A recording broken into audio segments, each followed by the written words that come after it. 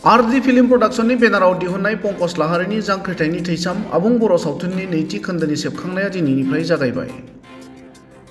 बर' हारिनि थामोन्था आरो रैखाथिनि थाखाय आखायाव हाथियार लानानै गावनि जिउखौ बाउसोमबोनाय माखासे बर'नि बिर जोहोलाव जोहोलावजोफोरनि मोगथाङारि जिउनि साया लानानै दिहुननाय जांख्रिथायनि थैसाम आबुं बर' सावथुनाव थारैनो बर'फोरनि मोनसे जारिमिनारि नेरसोनखौ फोरमायनाय नुनो मोन्दों।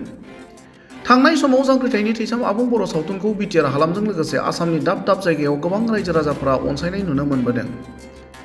बेबादिनो दिनै फिन जांख्रिथायनि थैसाम आबुं बर' सावथुननि नैथि खोन्दोनि सेबखांजेननाय एबा शुटिंनि गोथार हाबाफारिखौ चिरां जिल्ला सिंनि खैला मैला ओनसोलनि थाइगिर दन्दर गामियाव जागायजेनो।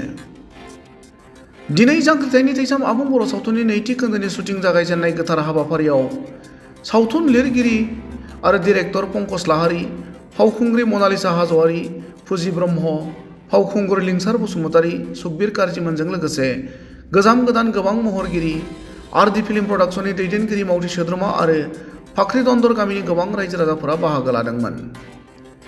गुबुन फारसेथिं जांख्रिथायनि थैसाम नैथि खोन्दो गिबि सेबखांजेननाय गोथार हाबाफारिनि गेजेरजों सावथुन लिरगिरि डिरेक्टर पंकज लाहारी बिथाङा खौरांगिरिनि सिगाङाव ओरैबायदि फोरमायो। जांख्रिथायनि थैसाम जाय पार्ट 1आ रायजो राजानि गोबां अनसायनाय मोनदों। दिनै पार्ट 2 नि थाखाय कुबु मुहुरतखौ जागायजेनबाय। मा फोरमायगोन सासे डिरेक्टर महरै? गोजोनथाव बाथ्रा। दिनैनि नैबे समाव जोङो थाइगिर दन्दर गामियाव 7 मार्च खालाराव जोङो जांख्रिथायनि थैसाम 2 सावथुननि मुहुरतखौ जागायबाय। बेहाय गोबां रायजोफोरा फैनानै जोंखौ मदद होफैदों। ओरैनो बुंनो थाङोब्ला जोङो सावथुनखौ रायजो राजानि डिमान्डआवनो खालामनाय जादों नालाय जोङो बेहाय फैनानैबो रायजो राजानि खोब सापर्ट मोनदों आरो शुटिंखौ जोङो दिनै मुहुरत जागायबाय। ओरैबायदि गामिनि मानसिफोरा लोब लोब फैनानै सापर्ट होदों।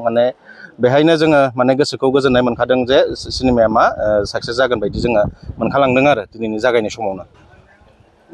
बेसेबांसो साननि गेजेराव बे शुटिंखौ फोजोबनायनि शुटिंखौ जोङो फोजोबनानै लिमिटेसन खोब बिदिहाय लानाय जायाखै। मानोना मिथिखागौ नैबे सावथुना आगजुजों गावग्राफोरजों सोमोन्दो थानाय मोनसे सावथुन। बेहाय मोनसे फाइट सिनाव बेसेबां सम लागोन बेखौ जोङो फिक्स बुंनो हानाय जोंनाव दा बुंनो हानाय सुबिदा गैथ'वा। बेखायनो जोङो 1 मान्थ साप'ज 1 मान्थआ मिनिमाम आरो बेनि बांद्रायबो जानो हानाय आरो।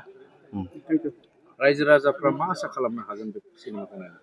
बेथ' बुंनो थाङोब्ला जुदिअ आं लिरदोंबाबो बेयो आंनि सोरजिनाय बे स्ट'रि नङा।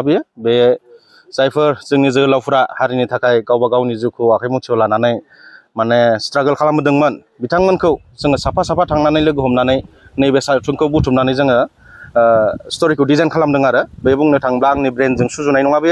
बेयो साफ्रोम जोंनि बर' जोहोलावफोरनि गोथां स्ट'रिसो आरो। पार्ट 1आव जाबायदि दिन्थिफुंलांबाय, दा नैबे पार्ट 2आवहाय गोदान माबा मोनसे रायजोफोरनो दिन्थिनो थाखाय थियारि नामा नोंथाङा? बुंनो थाङोब्लाथ' पार्ट 1आनो ग्रेट साक्सेस। थेवब्लाबो जोङो नैबे खेबाव जोङो जायफोर नुथायखौ जोङो जोंनि बर' सावथुनाव रावबो दिन्थिथ'नाय जायाखैमोन बेखौ जोङो गोदानै ट्राइ खालामनो नागिरदों। जेरैहाय जोङो हेलिकप्टार इउसनि खोथा सानदों आरो बिथिंजाय जोङो मोजां दावगानाय आगजुफोरखौ जोङो मुम्बाइनिफ्राय लाबोगोन। बेहाय जोङो मोनफ्रोम बुस्थुखौनो आरो जों गावनियानो जा बेरनायानो जा बेखौ जेन जोङो रियेल बायदि नुयो बेखौ जोङो नोजोर बोनानै जोङो मुम्बाइनिफ्राय गोबां डेभेलप इकुइपमेन्टस लाबोनाय जागोन। बे खेबाव गोदान नुगोन होननानै बुङोब्ला जोङो बेफोरखौनो नुना मोनगोन आरो बुंनो थाङोब्ला।